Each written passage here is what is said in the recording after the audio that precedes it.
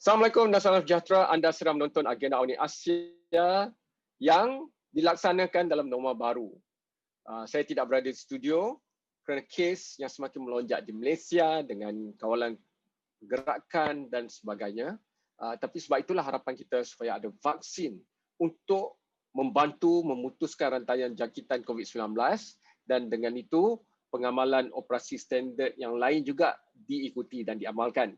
Malaysia malangnya tidak mengeluarkan vaksinnya sendiri, tetapi agenda Awani Asia dengan kelebihan Asia sentiasa melihat ke arah solidariti Asia dan Asia ada mengeluarkan vaksinnya sendiri kerana bukan hanya pengeluar-pengeluar barat yang secara tradisinya Big Pharma dan sebagainya, kerana yang di sebelah sana mereka kerap memberi keutamaan kepada negara-negara maju dengan dana yang besar.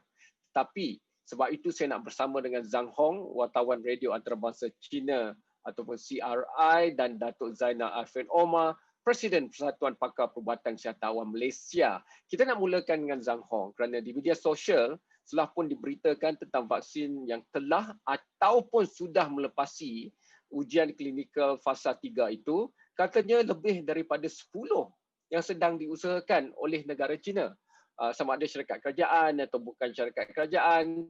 Mungkin Zahong boleh berikan gambaran itu dahulu, dan satu lagi berkenaan dengan persepsi barat tentang keberkesanan ujian klinikal vaksin China yang mereka mengatakan tidak telus seperti Pfizer, Moderna dan sebagainya. Zahong. Okey, sejak awal tahun lalu, China memulakan pengajian vaksin dengan menggunakan 5 jenis teknik yang berbeza, termasuk yang ada yang menggunakan teknik yang sama dengan yang digunakan oleh Pfizer atau Moderna, dan juga ada yang menggunakan teknologi tradisional dalam bidang pengeluaran vaksin seperti vaksin Sinovac dan Sinopharm yang dikeluarkan pada masa ini. Dan setakat ini setahu saya ada sekurang-kurangnya 15 jenis vaksin sedang diusahakan di China. Dan antaranya yang terkenal mestilah macam vaksin dari Sinovac atau Sinopharm. Dan kedua-dua vaksin ini sekarang pun sudah dalam proses pengesahan oleh WHO supaya nanti boleh disediakan kepada seluruh dunia melalui platform COVAX. Tentang keberkesanan vaksin China punya, saya rasa baru-baru ini data yang diumumkan oleh Brazil iaitu vaksin Sinovac kadar keberkesanannya mencatat 50.3%. Ini mesti akan mengakibatkan kebimbangan dari berbagai pihak, termasuk saya sudah baca banyak laporan dari media barat yang menghitamkan katakan vaksin dari China kurang berkesan. Tapi sebenarnya kita boleh fikirkan, kalau memang begitu, mengapa Brazil masih menempat 100 juta dos vaksin dari Sinovac? Dan kita yang perlu tahu iaitu ada satu unsur amat penting yang mempengaruhi keputusan hasil percubaan klinik di Brazil, iaitu antara lebih 5,000 sukarelawan terlibat dalam percubaan di Brazil. Kebanyakannya merupakan doktor dan perawat yang berjuang di barisan hadapan, dan mereka setiap hari menghadapi risiko terjangkit yang jauh lebih tinggi berbanding sukarelawan yang terlibat dalam berbagai syarikat yang lain macam Pfizer atau Moderna. Dan satu lagi, mereka pun terdedah dalam satu persekitaran yang jumlah virus jauh lebih banyak berbanding dengan sukarelawan yang terlibat dalam percubaan syarikat yang lain punya. Oleh itu, saya rasa sebenarnya keputusan yang diumumkan baru-baru ini mengenai kadar perkesanan mencatat 50.3%, ini sebenarnya memperlihatkan satu keberkesanan vaksin Sinovac dalam satu kadar yang ekstrem. Dan meskipun dalam persekitaran ekstrem, vaksin Sinovac juga mampu menyediakan perlindungan kepada doktor dan perawat. Kita boleh lihat kalau perlindungan terhadap simptom teruk boleh dikatakan sudah diumumkan 100% tak ada. Dan kalau 78% orang tidak perlu pergi meskipun mungkin ada sedikit simptom kecil atau asimptomatik, mereka tak perlu pergi ke hospital lagi. Dan ini sebenarnya sudah memprihatinkan kalau Sinovac vaksin dari Sinovac masih boleh dikatakan mungkin bukan yang paling baik, tapi masih boleh dikatakan satu vaksin yang cukup berkesan.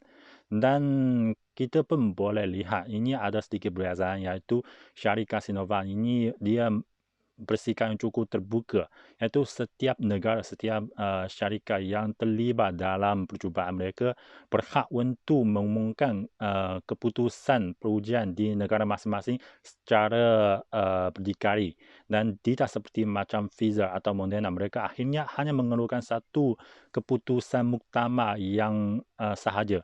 Dan kita boleh lihat ini akan membuat berbagai negara yang terlibat dalam percubaan tersebut boleh mengeluarkan keputusan berdasarkan keadaan di negaranya sendiri, supaya mereka boleh mempertimbangkan sama ada vaksin ini berkesan, sama ada kita nak beli atau tidak. Jadi pilihan dari berbagai negara sebenarnya juga cukup jelas.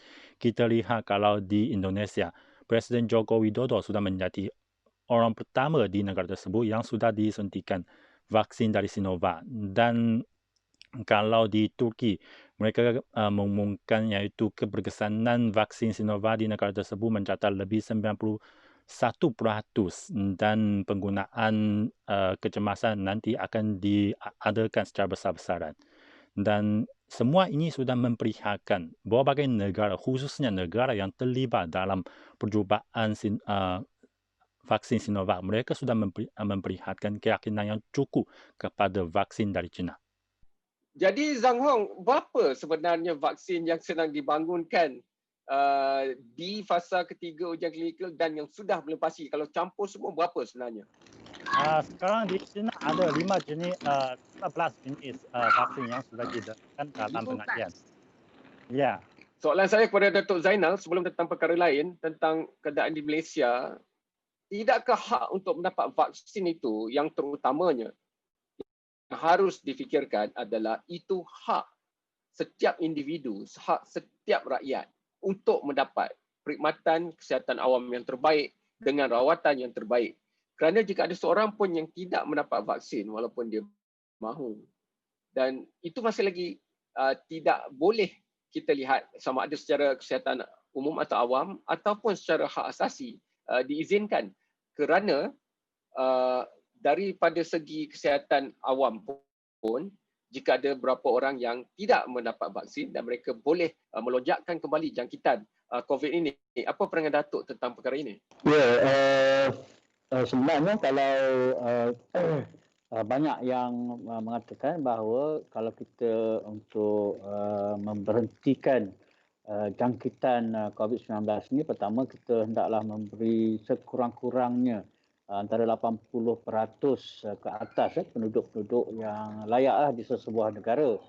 Kerana ini boleh mencapai satu imuniti kelompok ataupun herd immunity di kalangan rakyat.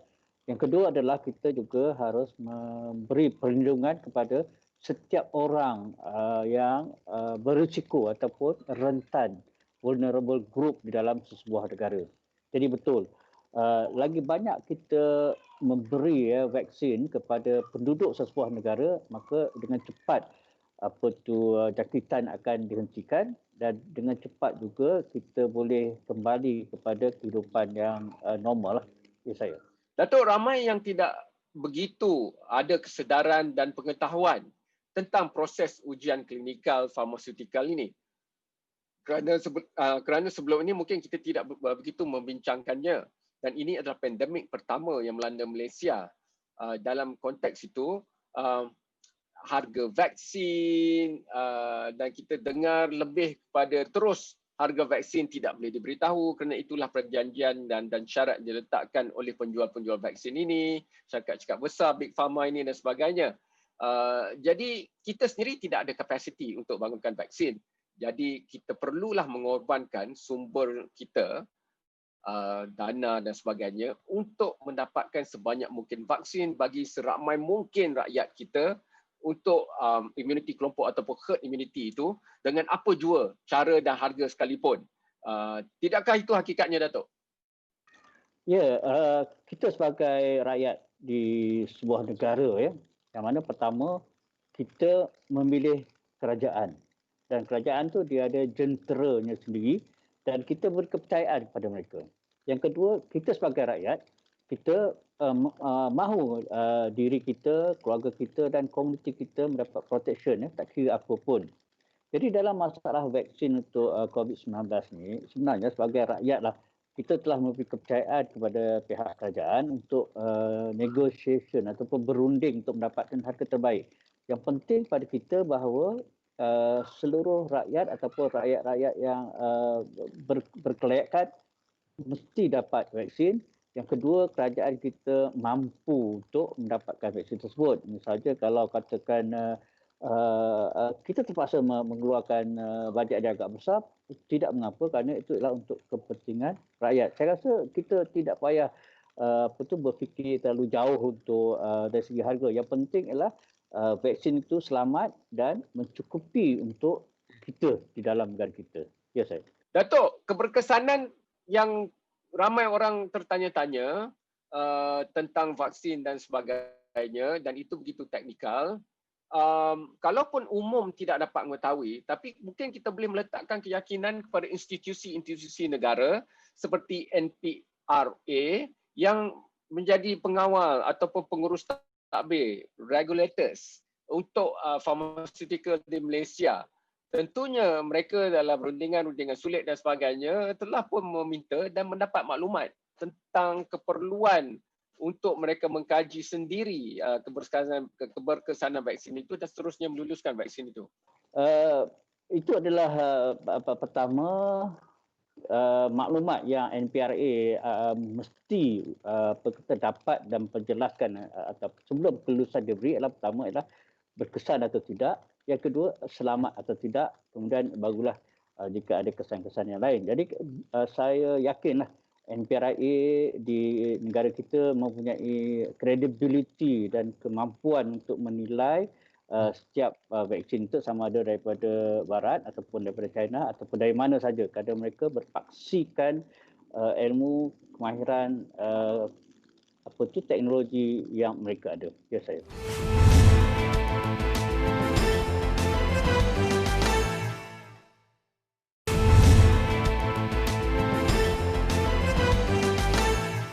Rakyat Malaysia atau rakyat di mana juga yang sangsi atau gusar untuk terima vaksin. Langkah-langkah teknologi, pengawasan dan pelbagai lagi sudah pun diambil. Tapi kalau Zhang Hong boleh berikan perspektif Zhang Hong sendiri tentang persepsi, kerana mungkin persepsi melalui fakta kadang-kala dan dengan media sosial dan sebagainya, maklumat yang dikongsi oleh badan-badan penyelia, syarikat, penjual, pembeli itu ada, tetapi literasi ataupun kesedaran awam sama ada di negara China atau di negara penerima vaksin dari China seperti Malaysia, Indonesia dan sebagainya, mungkin aspek komunikasi membantu peningkatan kesedaran dan literasi tentang vaksin dan farmaceutical dan epidemiologi ini. Sebelum negara China mengeksport pun vaksin seperti sekarang ini, dulu mungkin tak begitu lebih terdedah perkara seperti ini, Zhang Hong. Ya, sebenarnya kalau sama ada vaksin dari China itu terkenal atau tidak terkenal di pasaran antarabangsa, saya rasa ini sebenarnya tidak penting. Yang penting kita lihat kesannya di China, sebab kalau vaksin coronavirus ini sudah digunakan secara besar-besaran di dalam negara China. Seperti kalau vaksin dari Sinopharm ini, setakat ini sudah ada lebih 10 juta orang China sudah menggunakan vaksin ini. Dan kalau hanya di bandar Beijing sahaja, dalam tempoh seminggu yang lalu sudah ada 1 juta orang menggunakan vaksin tersebut. Tak ada dilaporkan kesan negatif yang serius. Bahkan kalau kawan-kawan saya dari CRI, mereka sebagai wartawan perlu banyak bergerak ke berbagai tempat yang lain, mereka pun sudah ada yang menggunakan vaksin.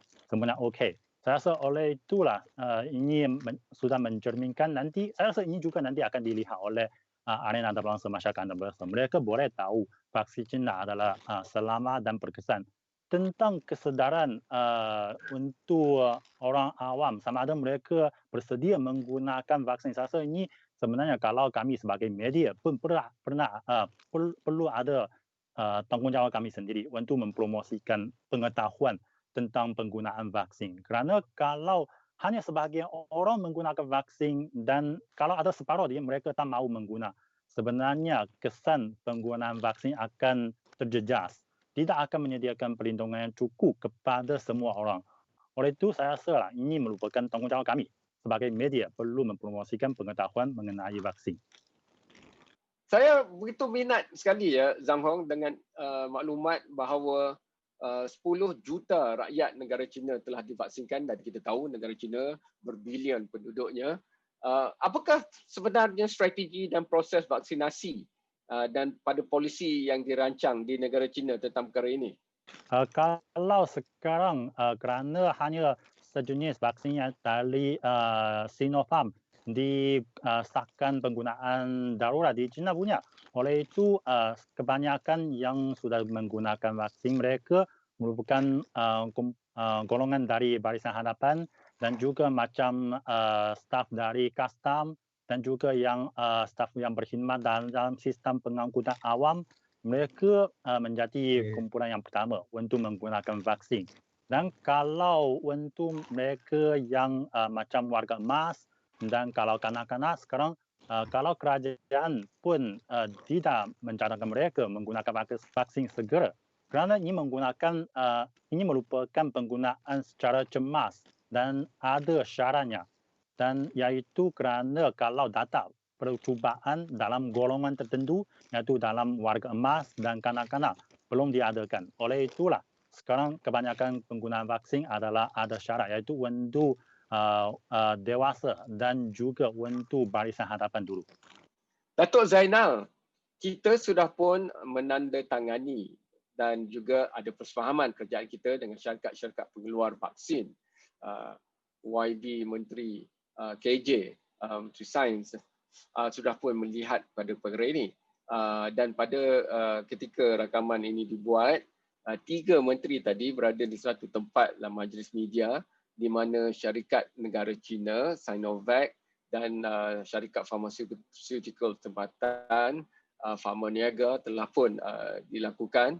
Dan jika mungkin pemikiran yang lebih maju lagi, di Amerika Syarikat kita lihat pemberian vaksin walaupun mereka negara yang maju dan agak canggih pun masih dipertikaikan kerana kapasiti yang mereka ada lebih daripada apa sebenarnya yang dilakukan dalam aspek memberikan vaksin kepada rakyat mereka. Tersangkut-sangkutlah, bergantung pada perbezaan negeri-negeri lah dan sebagainya. Jadi ketidaksamarataan perjalanan pemberian vaksin ini, bagaimana kita boleh belajar di seluruh dunia dan melihat supaya apabila kita laksanakannya, ia berjalan dengan secepat mungkin pada seramai mungkin. Datuk. Ya, saya rasa kerajaan ataupun Kementerian Kesihatan sudah mempunyai plan bagaimana untuk melaksanakan. Yang kami nampak ya, sebab sebagaimana program-program vaksinasi yang sebelum ini ya, cuma uniknya kali ini mempunyai vaksin yang berlainan teknologi dan pembekal ya. Tapi apa yang penting, kerajaan ataupun Kementerian Kesihatan akan map out ataupun disusun supaya misalnya vaksin dari Pfizer untuk lokasi yang begini, yang mempunyai accessibility, kemudahan logistik dan yang baru, yang lain-lain. Kemudian untuk jenis lain, contoh AstraZeneca ataupun Sinovac, ini menggunakan diberikan kepada lokasi-lokasi yang lain juga daripada kumpulan-kumpulan yang berlainan. Jadi dalam masa yang singkat, kesemua golongan akan mendapat vaksin walaupun daripada punca, jenis dan juga logistik yang berlainan. Ini boleh disusun terutama dengan kemudahan komunikasi dan teknologi yang ada sekarang. Saya yakin sebab kerajaan ataupun kementerian juga telah bersedialah.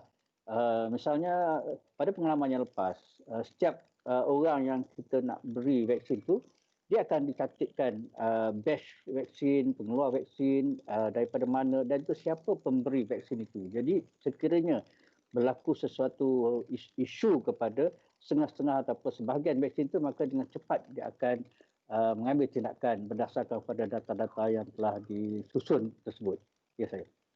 Bagaimana Datuk lihat kita dalam gelombang ketiga ni 4 angka kes positif setiap hari dan kita cuba bergelut untuk menurunkan itu. Bagaimana dengan pelaksanaan pemberian vaksin ini daripada aspek barisan depan petugas kesihatan, frontliners ni ya? Adakah kita boleh wujudkan lapisan lain tidak mengganggu barisan hadapan yang sudah pun sedang cuba memberikan rawatan kesihatan terbaik kepada petugas-petugas bersama oleh petugas-petugas ini kepada pesakit-pesakit COVID dan sebagainya? Adakah ada pihak lain seperti NGO dan kita tahu dengan darurat ini, emergency ini kita boleh gunakan sumber pihak swasta dan sebagainya. Bagaimana pandangan Datuk sebagai pakar dalam kesihatan awam ini melihat pada proses pengagihan dan pelaksanaan vaksin ini? Ya, betul. Ada dua isu. Pertama adalah isu ramai orang yang perlu kita beri vaksin. Yang kedua adalah isu ada kekangan kepada kaki tangan kita lah kesihatan, sama ada mereka terjejas oleh jangkitan ataupun mereka diperlukan untuk tugas-tugas lain yang lebih mendesak. Jadi kerajaan kita pun mensarankan supaya mereka mempunyai backup. Misalnya di dalam pemberian vaksin ini kita boleh melibatkan pertubuhan swasta ataupun pertubuhan sukarela yang mempunyai kaki tangan yang telah terlatih. Misalnya kalau di satu tempat tu kita kekurangan kaki tangan, maka kita boleh memobiliskan anggota-anggota begini. Dan sebenarnya kami juga telah diberi maklumlah oleh pihak kerajaan supaya melihat bagaimana nanti sekiranya perlu golongan-golongan ataupun kumpulan-kumpulan yang bukan daripada frontliners sekarang untuk membantu daripada pemberian dalam pemberian vaksin. Maknanya farmasis boleh, jururawat boleh, doktor boleh atau siapa-siapa sukarelawan yang telah dilatih dalam pemberian vaksin boleh memberi vaksin ini sebagai backup kepada frontliners yang ada sekarang.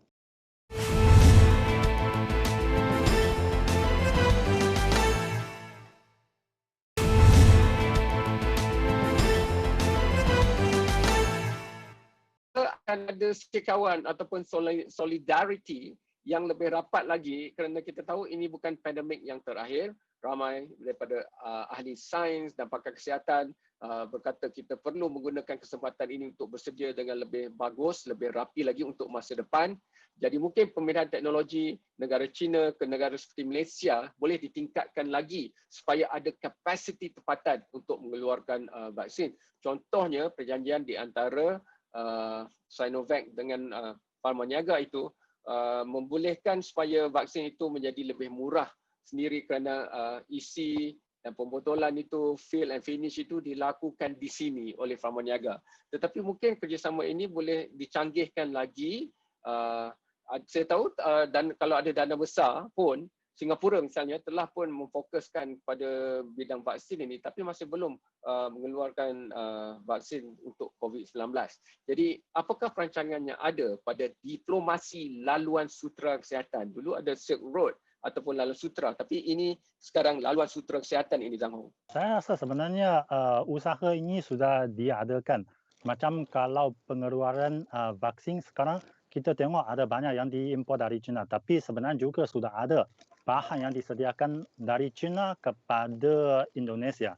Nanti akan dikeluarkan dalam kilang di syarikat Bio Farm di Indonesia punya. Mereka akan, kerana Indonesia dia populasi pun banyak, kalau semuanya tergantung kepada impor dari China, mungkin ini akan menjadi akan menggunakan banyak masa dan juga kosnya agak tinggi.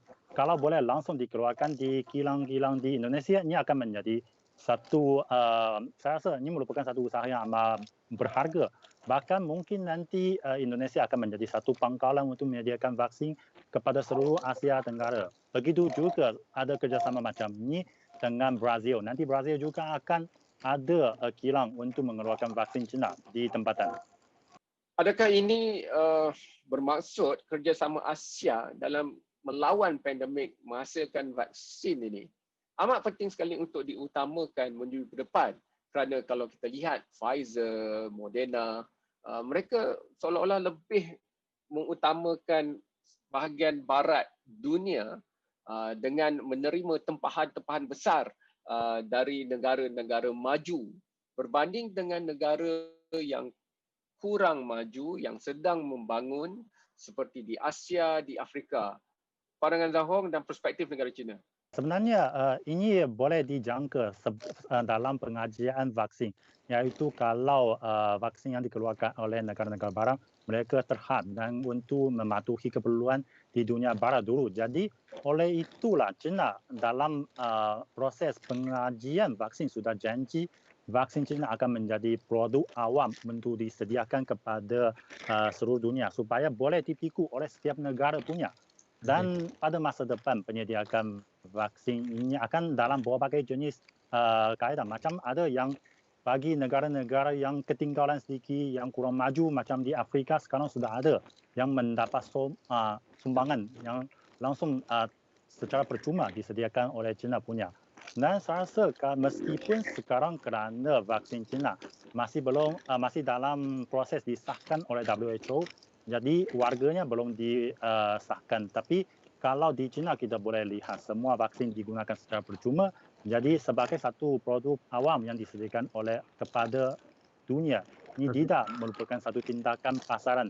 Dia akan ada satu harga yang jauh lebih rendah berbanding dengan vaksin-vaksin dari barat, saya rasa. Zahong, kita bercakap lama ni dah berapa minggu, tapi Zahong sendiri bila dah dapat vaksin ni? Sekarang sudah diberitahu setelah tahun baru China, penggunaan vaksin akan dilaksanakan secara besar-besaran di China punya. Okey. Soalan saya kepada Datuk, saya tahu Datuk melihat kepada perkhidmatan kesihatan awam dan masyarakat umum dan sebagainya, tapi tidakkah penting Datuk untuk kita melihat kepada membangunkan industri vaksin kita sendiri, kerana pandemik ini tidak akan berakhir dengan begitu saja, mungkin ia akan menjadi loncatan kepada pandemik-pandemik lain selepas ini. Tidakkah kita harus korbankan usaha, dana, tenaga, sumber dan sebagainya untuk kita pastikan bidang strategik kepada negara dan masyarakat ini diutamakan dan kita lepas ini mungkin boleh mengeluarkannya sendiri, Datuk? Ya betul, sebab kita telah mengalami beberapa epidemik atau wabak dan kita masih mengalami wabak, dan untuk masa depan sebenarnya kita tak tahu berapa wabak yang akan datang. Jadi kita sebagai sebuah negara yang ke depan dari segi perkhidmatan dan kesihatan, saya rasa sudah sampai masanya untuk kerajaan kita merancang ataupun mewujudkan sebuah industri yang berkaitan dengan vaksin dan yang sepertinya lah, sebab ini mudah untuk kita lakukan di negara kita sendiri dan juga untuk kawasan serantau ASEAN kita ini. Jadi saya rasa sudah sampai masanya lah. Okay. Terima kasih kepada Datuk Zainal, terima kasih kepada Zhang Hong yang sentiasa walaupun jauh memberikan kita pelbagai perspektif menarik.